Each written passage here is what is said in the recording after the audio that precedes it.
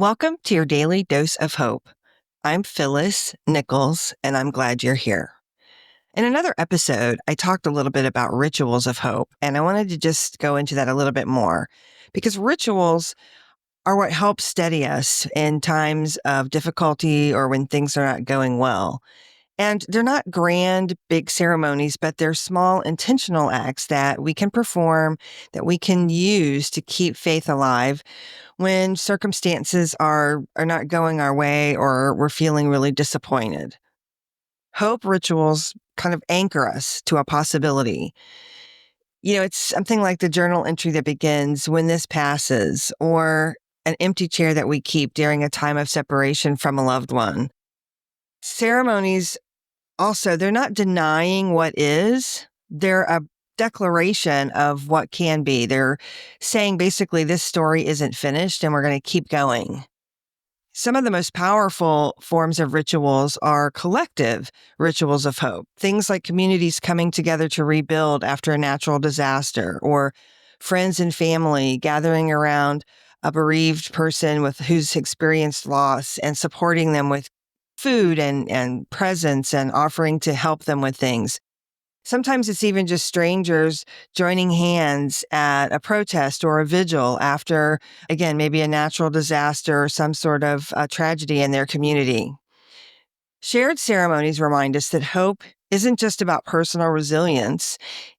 It's a collaboration or an act of resilience for all of us as a whole.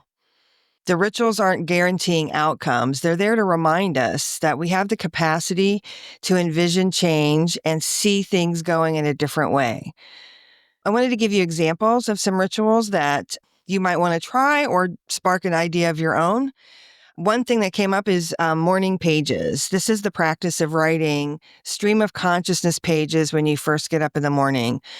The ritual clears our minds and creates space for possibility. It plants seeds of intention and it allows us just to allow ourselves to think or to imagine.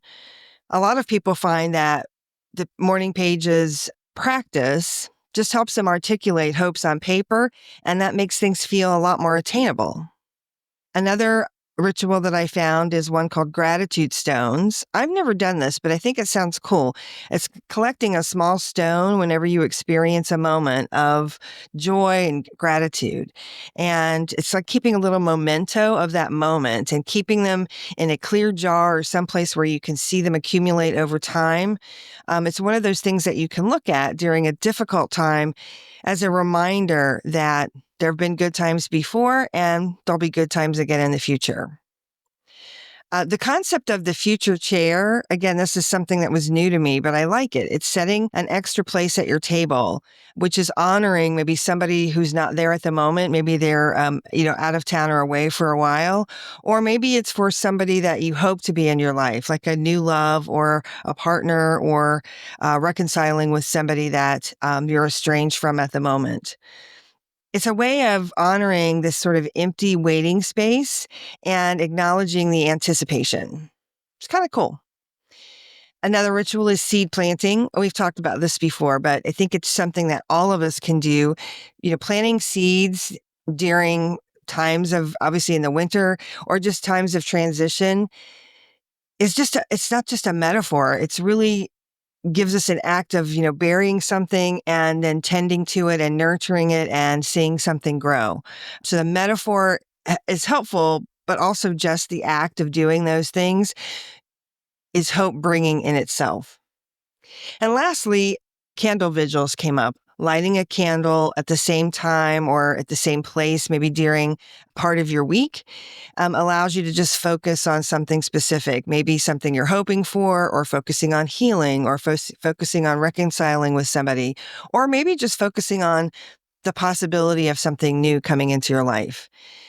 The flame can represent illumination, and you can set this up any way that works for you, but some people like using even the same candle and acknowledging the change in the candle as part of the change in themselves over time as well. So it doesn't really matter what kind of ritual that you would like to use. I think just the regular intentional practice can help reinforce our own capacity to envision better days ahead. So I'm sending you energy for a great day today and an even better tomorrow.